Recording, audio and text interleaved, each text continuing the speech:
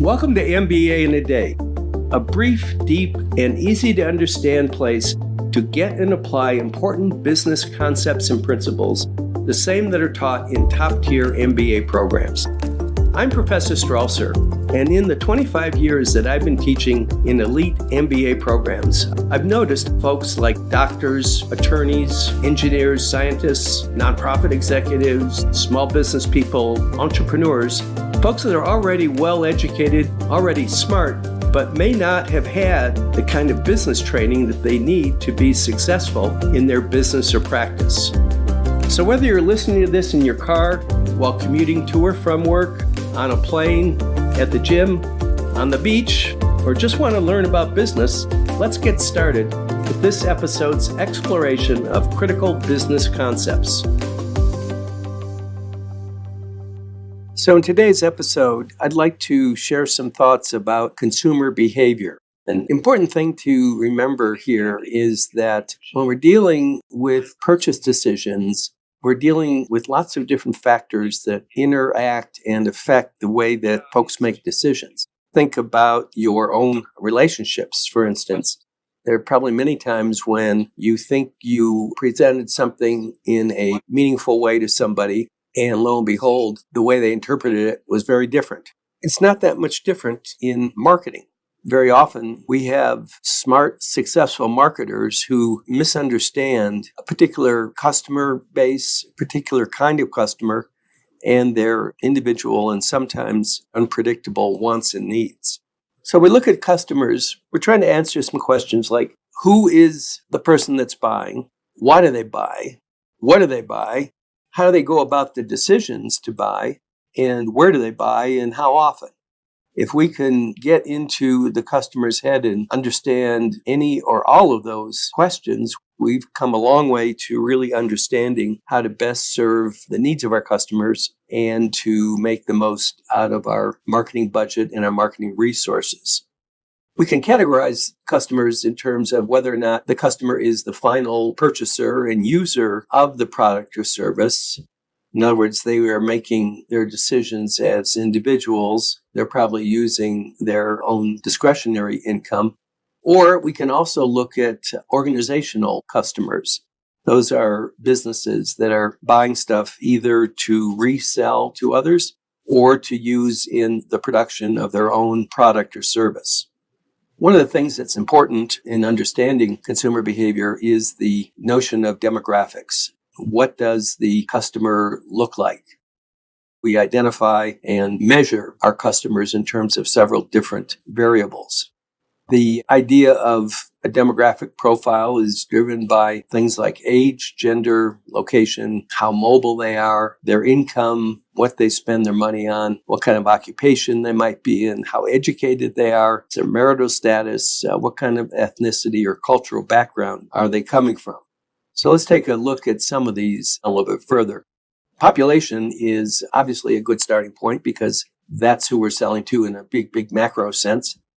And we're finding that the demographics in more industrialized nations are older, and in less developed nations, our populations tend to be a little bit younger.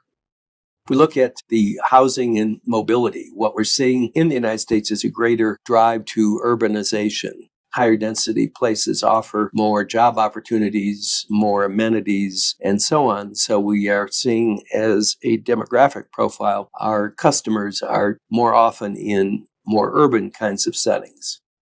If we look at income and how people spend money, we usually want to focus on disposable income. That's the income that somebody has or a household has after they have paid off necessities. That money is available for things beyond absolute necessities and even further discretionary income, which is money that is available that can be spent on extras, luxuries, those things that are desired after the absolute necessities are purchased.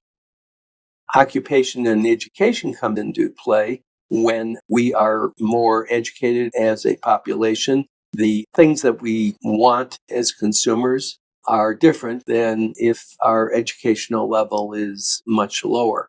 Literacy rate is important in understanding consumer behavior as to how to shape our message and how to get our communication across to a desired target market.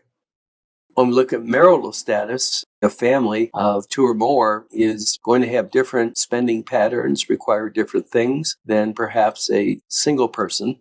Understanding what our target market looks like in terms of their marital status will also shape our marketing strategy. We have found in the factor of ethnicity and race very different purchase behaviors based on longstanding cultural formation and the way that a customer has been brought up. The values of a particular ethnicity, particular cultural background will be important in determining how those customers are spending their money. This is being brought to you by MBA in a Day. Why spend years and $50,000 when you can get the recently updated classic business bestseller with easy-to-understand business principles and concepts, the same as those taught in top-tier MBA programs? Listeners to this podcast can save $5 off the $19.95 retail price by going to mbainaday.com and entering the code MBA 2.0. Demographics are a trusted thing. However, they can often be out of date. So many marketers rely upon the U.S. Census. The issue with that is that it's taken only every 10 years. Very quickly, it becomes out of date. The U.S. government census data is helpful, but can only be a starting point. It's important to understand what changes may have taken place since the last census has been taken. We can look at how consumers make decisions based on their lifestyle. What kinds of choices do those consumers make about the way that they want to spend their money and how they want to spend their time? If we look at the social profile of a consumer, we think about things like where are they in the family life cycle? If we're talking about families' purchasing patterns change as kids come along. As the family matures, we also see that a consumer is shaped by how they view opinion leaders. People they aspire to can shape the way that a consumer makes a decision or thinks about a product or service. Just the very social class that consumer is in will shape their views on how important certain products might be or what products may be important to them. So if we look at a traditional family life cycle, we begin pre-family, that is unmarried consumer. With marriage comes a difference in spending patterns, housing, different products, services that are required. As kids come along, even further changes are going to be taking place. Eventually, as the kids get older and are off on their own, we enter this empty nest phase where there may be downsizing. The products and services that are purchased are very different than when there was a full family. At the end of the life cycle, when there may only be one survivor of the couple, then those purchase decisions are very different. And marketers are catering specifically to that profile of consumer. Another thing that plays into how consumers make decisions is the perceived risk associated with a purchase. If a purchase is very important and seems to have a lot of risk associated with it, chances are that consumer is going to spend a lot of time and energy doing homework and trying to figure out how to mitigate that risk that a particular purchase may represent. The kinds of risk that we find can be categorized as things like functional risk. When the consumer is thinking about something, one of the risks they're trying to assess is, will this product or service perform as promised? There may be physical risk. The product or service can create some sort of harmful condition, or it may not perform as promised and cause harm. There's obviously a financial risk that the product or service is not going to be worth whatever it is that it costs.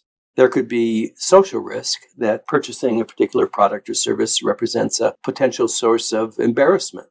Then there's psychological risk associated with the social risk that you are maybe making a foolhardy purchase. This may damage your own ego and how you think about yourself as a consumer. And then there's also the risk of time.